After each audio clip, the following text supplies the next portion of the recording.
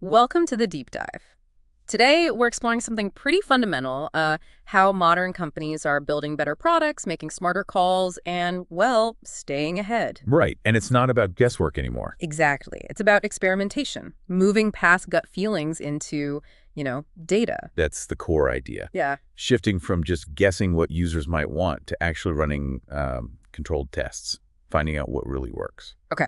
So today, our mission is basically to unpack 3 of the big methods companies use, the most common ones. And see how the leaders are applying them day to day. Precisely. We'll look at some real-world examples. Think of this deep dive as your shortcut, maybe, to understanding how data drives success. We might uncover some surprising things, hopefully some aha moments for you. Definitely. So let's get into it. Where do companies usually begin? Is there like a standard first step? Yeah, there usually is. The foundation, the starting point for, well, almost everyone's serious about optimizing their product, it's A/B testing. A/B testing. It's the workhorse. For good reason. Okay, so define that for us. What exactly is A/B testing? Okay, basically it's comparing 2 versions of something. Simple as that. Version A versus version B. And you're seeing which one performs better against a very specific goal, a metric you decided on before the test. Like click-through rate? Or signups? Exactly. Those are common ones. Could be feature adoption, too. So like a really simple example, testing 2 website buttons. Perfect example. Maybe version A is blue and says get started. Version B is green, says join now. Right. You show half your users A, half B, and just see which button gets more clicks. Winner takes all. That's in a nutshell. And buttons are classic, but it applies much wider. Oh yeah, like what else? Oh, tons. Small UI UX stuff, colors, calls to action, headlines, even tweaking layouts. Companies use it for pricing tests, seeing if people adopt a new feature, even email subject lines. Anything you can compare. Okay. So what are the key things you need for a good A/B test? Right. Good question. You need randomized assignment of users. That's critical. So it's fair. Exactly. A crystal clear success metric defined upfront. You need enough users, a decent sample size, so your results are actually reliable, statistically significant. Statistical significance. We'll probably come back to that. We should. And maybe the most important rule, only change 1 variable per test. Just one thing. Why is that so crucial? Because if you change 2 things, say the button color and the text, and performance improves. Yeah. You don't know which change caused it, or maybe it was the combination. Right, muddies the water completely. Destroys the learning. Okay, makes sense. Let's talk about a real company. Netflix. They seem like masters of data. How did they use A/B testing? I heard something about the next episode button. Yeah, it's a fantastic example because it seems so minor, right? That little button prompting you to keep watching. The enabler of binge watching. Pretty much. But Netflix tested it rigorously. They looked at the timing, like when should it pop up? Where should it be on the screen? Placement. And even the format was an icon better, a simple text. Wow, for just that one button. And what they learned wasn't just that the button mattered, but how it mattered depended on context. Context, like what? Like time of day. Yeah. And the device you were watching on.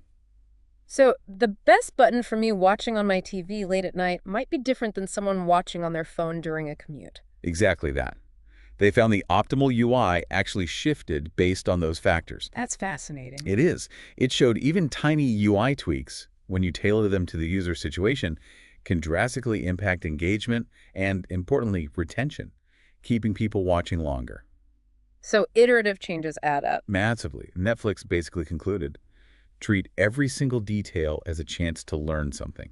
Nothing's too small to test if it affects the user experience. Okay, that definitely makes the case for A/B testing. But what if you want to test like several things at once? If you think maybe the headline and the image and the button color all interact? Yeah, great question. That's where you move beyond basic A/B. You step up to multivariate testing. Multivariate. Okay, sounds more complex. It is, a bit. Think of it like running several A/B tests simultaneously, but smarter. You're testing multiple variables and their combinations all at the same time. Right, so you're trying to find the best mix of elements. Precisely. Which combination performs best overall? So back to the landing page example. Maybe you have 2 headlines, 3 button colors, and 2 images you want to test. Okay. That's 2 times 3 times 2. 12 different versions of the page running in parallel. Exactly. You're testing all 12 combinations to see which one really nails it. Wow, okay. That sounds powerful, but I guess you need a lot more users visiting the page to get reliable results for 12 version. You absolutely do. That's the main requirement. Multivariate testing needs significantly more traffic than A/B testing. Right. But the payoff can be huge. It can uncover interaction effects on how elements work together that simple A/B tests just can't reveal because they only change one thing at a time. So when would you use it? Complex pages. Yeah, optimizing complex flows, entire page layouts where you suspect the interplay between elements is key, or if you have a ton of traffic and want deeper insights. Okay. Can you give us an example? Maybe Airbnb. I know they optimize their search a lot. Airbnb is a prime example of using multivariate testing effectively. They tested tons of combinations in their search results. Like what kind of combinations? Different layouts for the listings, how they group destinations, the filters available, even the sorting logic, really digging into how people find places. And what did they find? Anything surprising? One really significant finding was about how they grouped destinations. They found that showing broader regional clusters like Greek islands actually performed much better than just showing individual cities within Greece. Interesting. So instead of just listing Santorini, Mykonos, etc., they showed a Greek islands group. Right. It tapped into a different kind of user intent.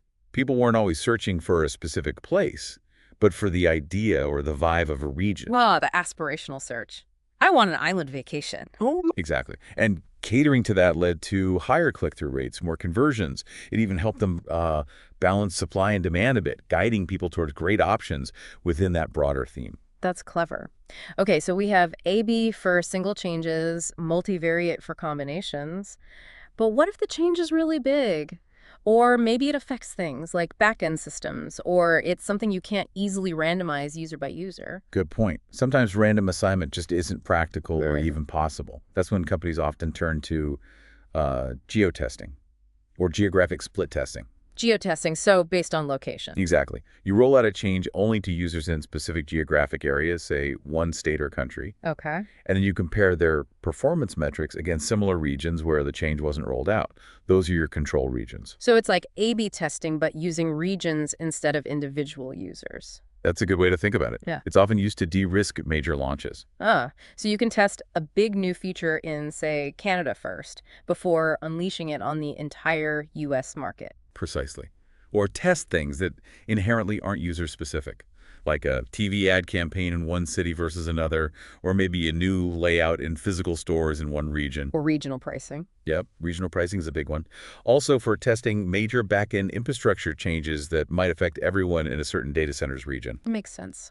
What are the catches? What do you need to be careful about with geotesting? The main challenge is ensuring your test and control regions are truly comparable. Statistically similar demographics, user behavior, market conditions. Right, comparing apples to apples. Exactly.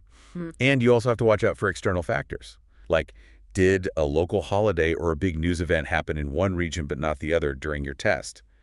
That could skew results. Confounding variable. You got it. Constant monitoring is key. I know. YouTube uses this sometimes, right? Testing ad formats country by country.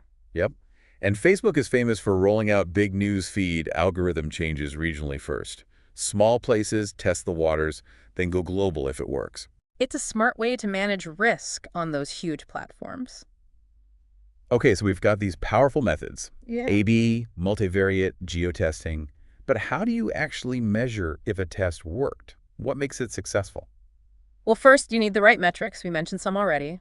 Conversion rate, click-through rate, CTR, Right. retention, or its opposite, churn, how long people stick around. Session duration, how long they use the product each time. Purchase volume, obviously important for e-commerce. And feature adoption, are people actually using the new thing you built? But just tracking the metric isn't enough, is it? You mentioned statistical significance earlier. Absolutely critical. You can't just look at the raw numbers and declare a winner. A change might look like it improved things by, say, 2%, but was that real or just random noise? Right. Could just be chance. Exactly. So you need statistical tools, calculating p-values, confidence intervals, to determine the probability that your result is genuine and not just a fluke. If it's not statistically significant, the test result isn't valid. You haven't really learned anything reliable. Okay. And how long do you need to run these tests? Duration matters a lot. You can't just run it for a day Why not? because user behavior changes. Think about weekday versus weekend patterns. Oh, right. People shop differently, use apps differently. Totally. Time zones matter too if you have a global audience. You need to run the test long enough to capture that natural variability and get a representative picture. Otherwise, you might make a decision based on an anomaly. Don't jump the gun. Exactly. Let it run its course. So based on all this, what are the absolute must-do best practices, the key takeaways for doing experimentation right? Okay, let's boil it down. 1. Test one clear hypothesis at a time. Don't try to answer 5 questions with one messy test. Focus. Got it. 2. Define your success metrics before you start. Know exactly what winning looks like. Be clear on the goal. Yep. 3. Avoid the temptation to peak early. Seriously. Let tests run fully. Checking results constantly leads to false positives, seeing patterns that aren't really there yet. Patience is key. It really is. 4. Segment your results. Don't just look at the overall average. Look at how different groups responded. Did the change work better for new users versus returning users? Mobile versus desktop, different regions. Segmentation often hides the most valuable insights. Oh, okay. Dig deeper than the average. Definitely. And finally, number 5, don't just focus on short-term conversion. Think bigger picture. How so? Well, a change might boost signups today, which looks great, but what if it annoys users so much that they leave next week? You need to consider long-term impact on engagement, satisfaction, retention, not just the immediate win. Holistic view. Makes total sense. Okay, let's bring this all together. Is there a company that really exemplifies using all these testing methods constantly, maybe for something really core to their product? Oh, absolutely. Spotify is a fantastic example. Their whole business is built on personalization, right? For sure. Discover Weekly feels like magic sometimes. Well, that magic is relentless experimentation. They use a combination of all these techniques. How does it work for something like Discover Weekly? They're constantly tracking everything, what you listen to, what you save, skip, replay. They build this incredibly detailed taste profile for you. Uh-huh. Then they compare your profile to millions of others to find people with similar tastes. And crucially, they use this data to test different recommendation models in real time. So they're A/B testing algorithms. Effectively, yes. And using multivariate testing, too. They test different playlist compositions like how many new songs versus familiar songs should be in your Discover Weekly this week. Wow. They even analyze billions of user-created playlists. If certain songs often appear together on playlists made by real people, Spotify groups them and tests recommending them together to other users. So they're learning from collective user behavior, too. Constantly, it's this non-stop cycle of tracking, comparing, testing, and refining. It involves A/B tests on recommendations, multivariate tests on playlist structure, maybe even geo-tests for rolling out new algorithm tweaks. And the result is that feeling of deep personalization. Exactly. The business impact is huge. Better retention, people stream for more hours, much deeper brand loyalty. Spotify uses experimentation to make the product feel alive, dynamic, tailored just for you. That really drives home the point, doesn't it? I think so. It brings us back to that core idea we started with. Great products, the ones that really resonate and last, they aren't just built on opinions or somebody's brilliant idea in a vacuum. No, they're built on experiments, on asking questions and letting user behavior provide the answers. Whether you're tweaking a button, rolling out a massive feature, or trying to personalize an experience like Spotify does, testing gives you real answers based on what people actually do. And maybe that leaves us with a final thought, a provocation almost. Go for it. If you're not testing, you're guessing. Simple as that. And in today's world, a data-driven world, guessing just isn't a strategy for success. Powerful point. If you're not testing, you're guessing. Well, thank you for joining us on this deep dive into the world of product experimentation. My pleasure. We hope it sparked some ideas, maybe about how you can apply some of these principles, even just the mindset, to areas you're curious about, or maybe even in your own work. Until next time, keep digging deeper. If you enjoyed this video and found it helpful, don't forget to like, comment, and share it, with others who might benefit too. To learn more about product management and digital marketing, make sure to subscribe and hit the bell icon so you never miss an update.